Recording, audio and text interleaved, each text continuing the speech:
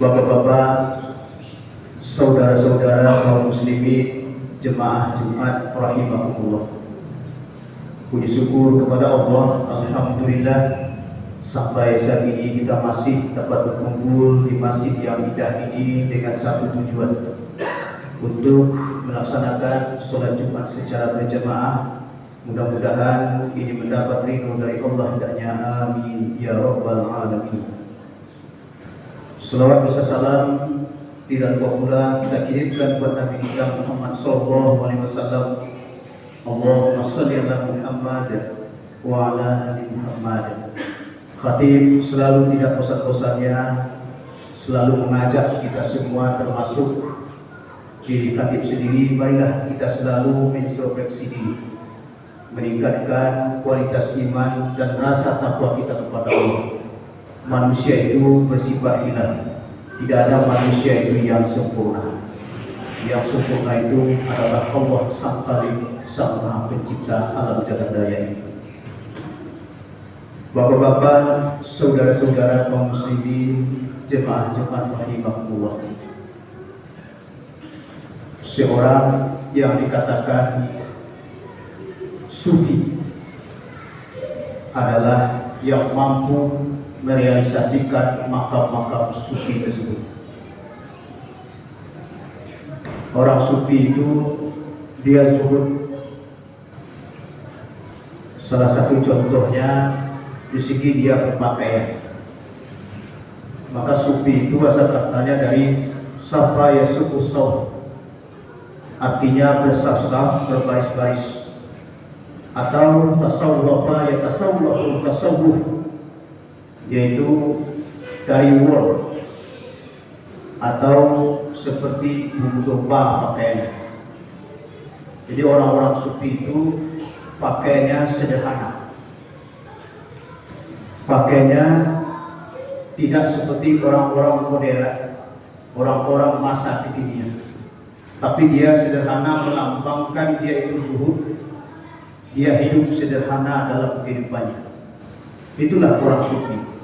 Orang sufi itu selalu taqarrub ila Allah, mendekatkan diri kepada Allah dengan tazkiyatun nafs, dengan mensucikan jiwa ini. Sebab manusia itu, kata Rasulullah, di dalam diri manusia itu ada segumpal darah. Jika darah itu elok, bagus, eloklah seluruh anggota tubuh kita, termasuk perbuatan kita. Ma huwa ya Rasulullah, berkata sahabat, bertanya sahabat, apa dia itu ya Rasulullah? Yaitu adalah hati. Hati. Jika hati itu elok dan baik dan bagus, semuanya diri kita ini akan baik dan bagus.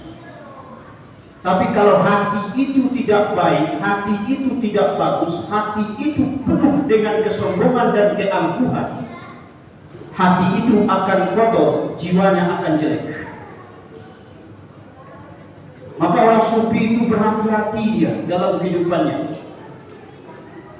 Dia selalu mensucikan dirinya. Kata Imam Al-Ghazali, bagaimana mensucikan diri itu, mensucikan batin kita itu, yaitu dengan riyadatul ibadah, dengan latihan-latihan ibadah terus. Maka kalau seseorang mau mensucikan jiwanya, mau bersih jiwanya, beribadah terus, walaupun ibadah itu sangat sulit, terutama sholat 5 waktu.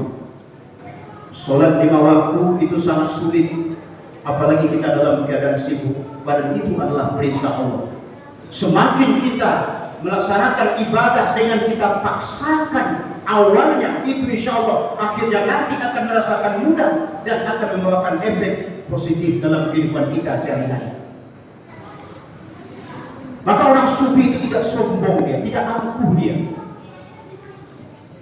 Maka walaupun dia adalah seorang ulama, walaupun dia adalah seorang buya dan kiai dan seorang mubalik, kalau seandainya hatinya itu tidak bersih, hatinya itu tidak suci dan tidak mengingat Allah Subhanahu wa Ta'ala, jauh dari mengingat Allah, dia sombong dan takabur, sehingga kita lihat dari apa yang dia bicarakan, dari apa bentuk yang dia bicarakan, bagaimana gestur daripada gaya tubuhnya dia berbicara, itu bisa orang menilai. Dan inilah yang dikatakan oleh Imam Al-Ghazali, seluruh tindak tanduk kita, akhlak, tingkah laku, perbuatan kita, itu adalah gambaran dari jiwa kita itu sendiri, kata Imam Al-Ghazali.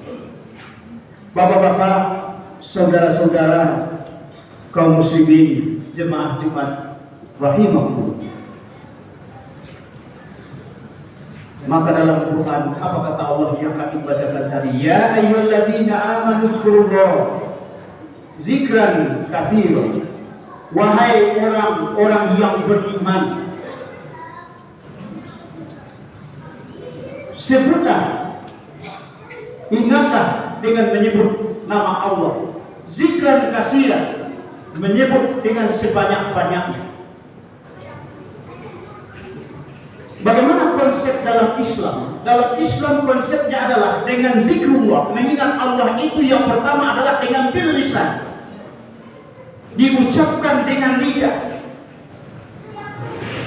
Maka Rasulullah mengajarkan dalam kehidupan kita, subhanallah walhamdulillah wala ilaha illallah Allahu akbar. Empat itu diajarkan oleh Nabi untuk zikir lisan dalam kehidupan kita sehari-hari. Bacalah itu, subhanallah walhamdulillah wala ilaha illallah wallahu akbar. Insyaallah hati kita itu akan tenang. Kalau orang sufi gimana? Kalau orang tasawuf, orang sufi,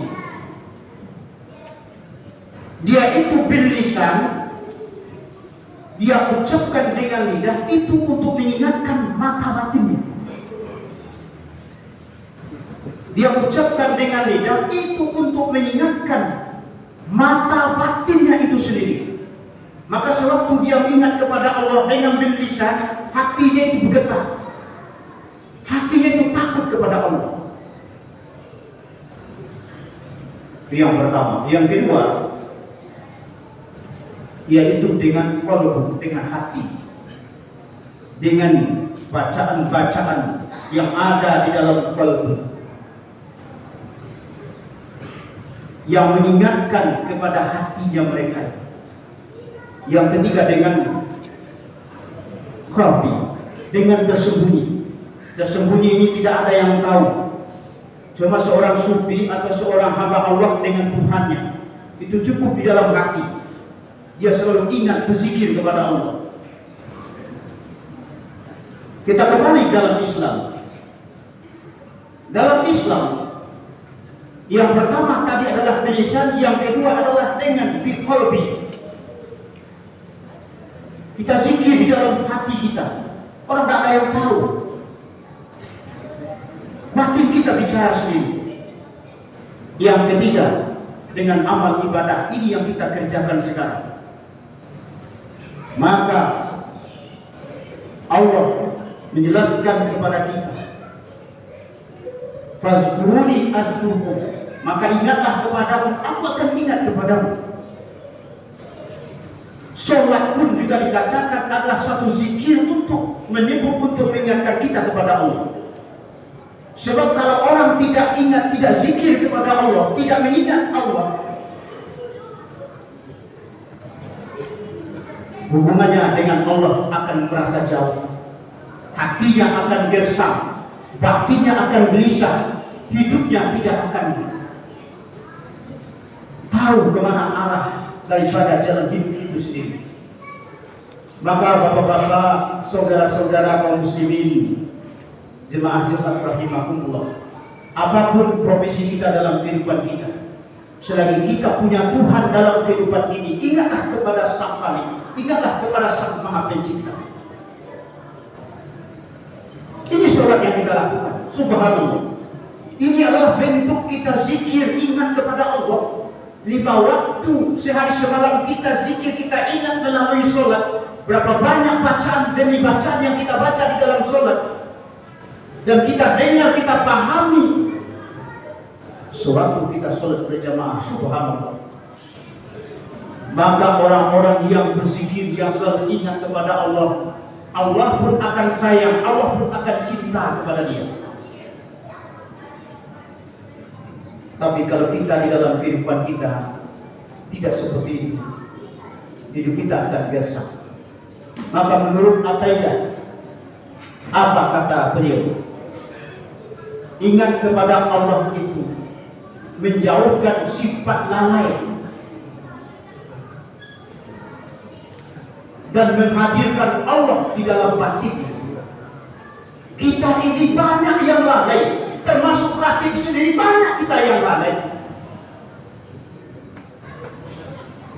Tapi percayalah, sewaktu kita ingat kepada Allah, kelalaian itu akan hilang dan akan sirna, karena Allah bersama kita.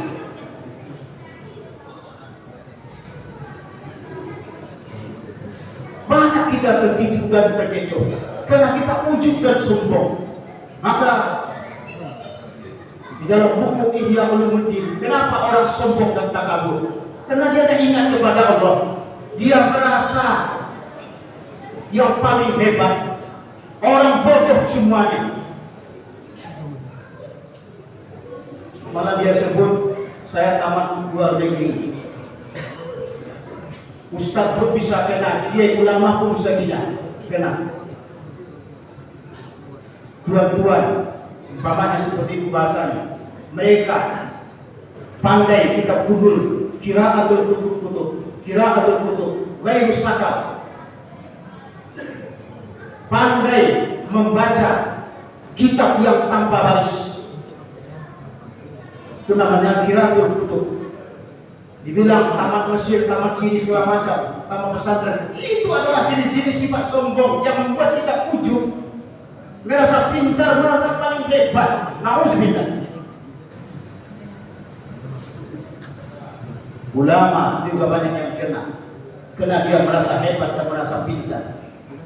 Bagaimana kalau ulama seperti itu dan masyarakat yang tidak ulama, bagaimana akan mencontoh? Makanya ulama itu lembut. Nabi Musa pun sendiri, ya Allah, aku berlindung kepada Tuhanku dari sifat sombong dan dari orang-orang yang sombong, yang tidak yakin dan tidak percaya, yang tidak beriman kepada hari akhir. Itu Nabi Musa. Jadi kalau ada orang itu merasa pintar, yang merasa sehat dalam hidupnya, berarti dia tidak zikir kepada Allah.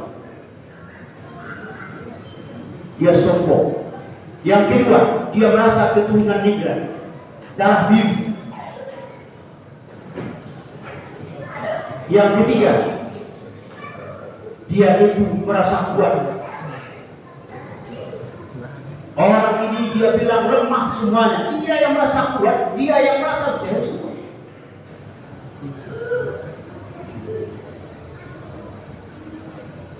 Merasa cantik, merasa ganteng, itu juga di dalam buku Ihya Ulumuddin yang menyebabkan kita sombong dan angkuh dalam kehidupan. Untuk itu, Khatib mengajak kepada kita semua, di dunia ini tidak ada yang kita sombong, apalagi di hadapan Allah.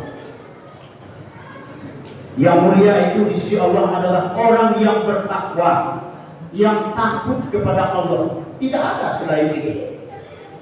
Maka apa yang diberikan oleh Allah, orang sufi salah satunya adalah dia pandai bersyukur dalam makomnya. Apa yang diberikan oleh Allah dia syukuri, dia terima dengan lapang dada. Inilah keputusan Allah, ini adalah pemberian Allah. Alhamdulillah.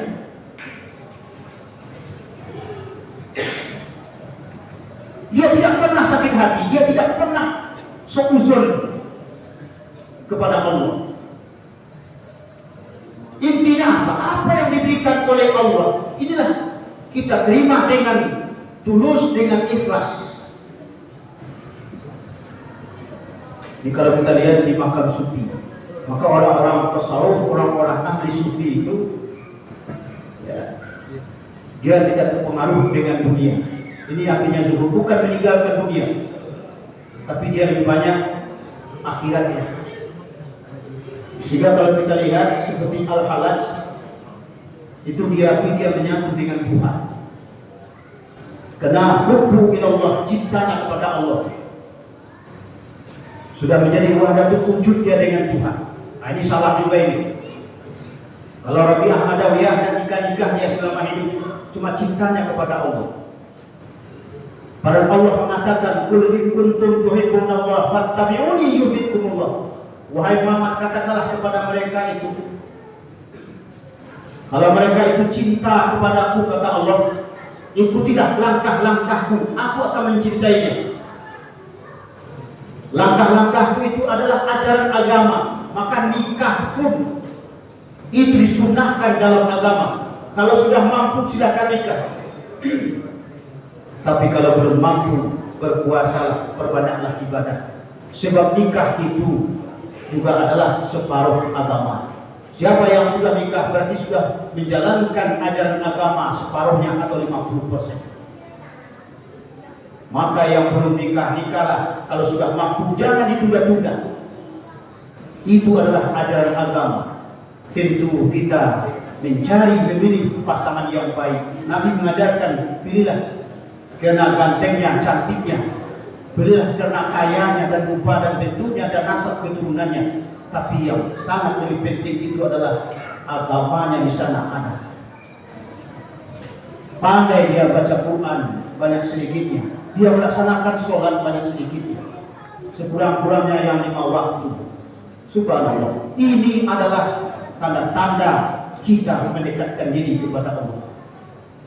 Mudah-mudahan kita semua mendapat jiwa yang suci, yang bersih, dengan selalu ingat kepada Allah, atau disebut dengan tazkiyatun nafsi, membersihkan jiwa dengan banyak-banyak latihan ibadah. Orang yang sering beribadah timbul tawadhu, dia tidak akan sombong. Orang yang sering beribadah hatinya akan bersih dan suci, dan dia tidak akan pernah menyakiti orang lain. Inilah orang-orang yang selalu ingat kepada Allah. Fattabi'u ya ulil absar la'allakum tuflihun.